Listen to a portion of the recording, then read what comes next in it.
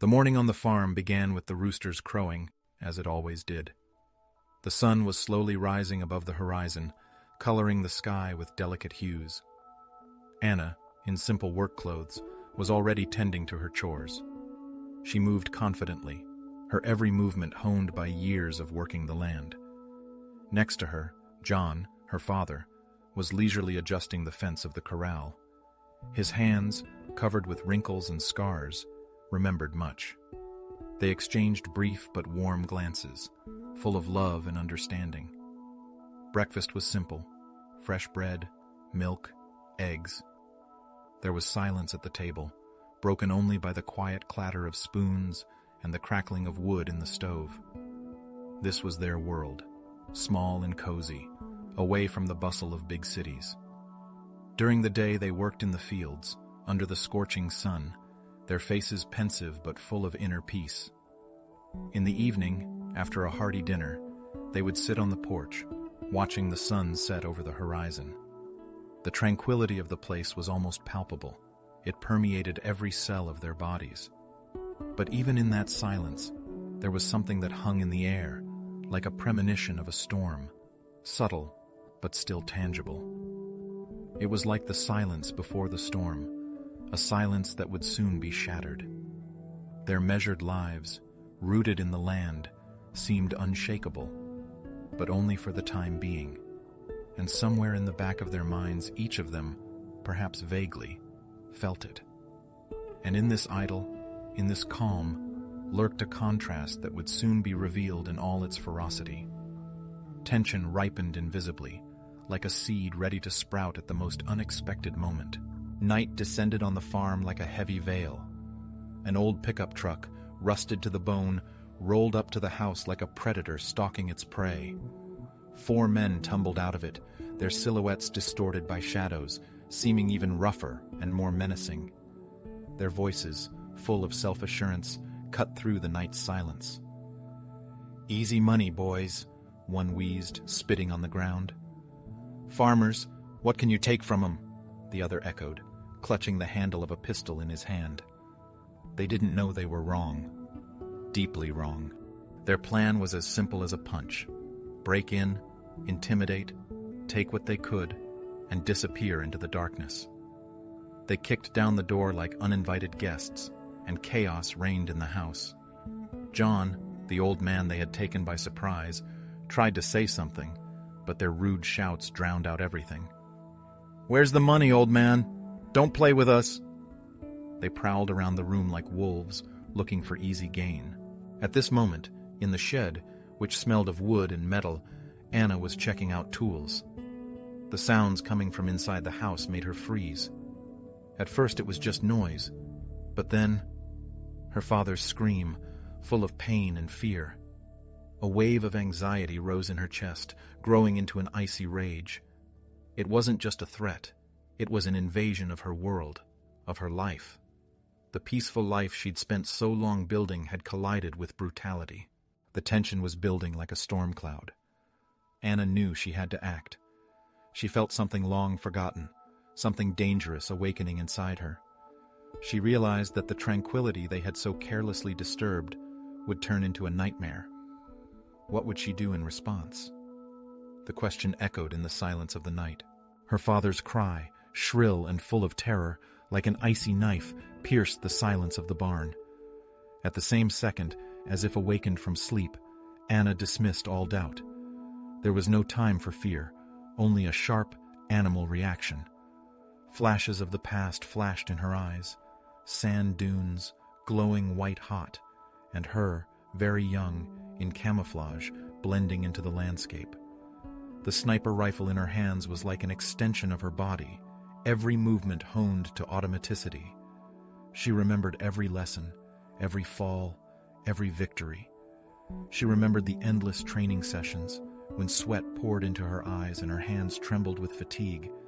But she kept going, persistent, inexorable, becoming a killing machine. Those moments, bright as flashes of lightning, flashed through her mind before giving way to the present again. Panic? No. Anna didn't know what panic was.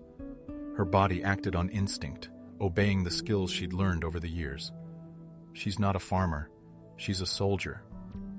In the hiding place behind the old barrels, she fumbled for a familiar weight. An old sniper rifle she kept like an anchor linking her to the past. She pulled it out, checked the bolt, rested it against the stock in a familiar motion.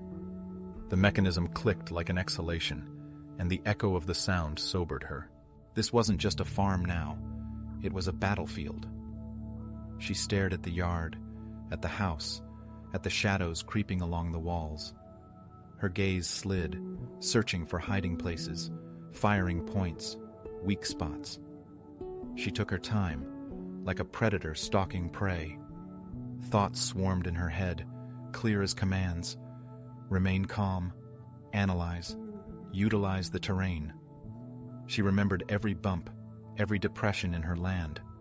This was her territory, and she would not give it up without a fight. I won't let them take what is ours, it ran through her mind, but she didn't say a word aloud. Her face was a mask, but a hurricane of determination raged inside. Her past, which she had tried to bury for so long, had suddenly returned like an old but loyal friend. And now, it was going to be her weapon. Tension was building. Every second seemed like an eternity. Anticipation loomed in the air like a storm cloud. And that was only a small part of what this quiet woman was hiding.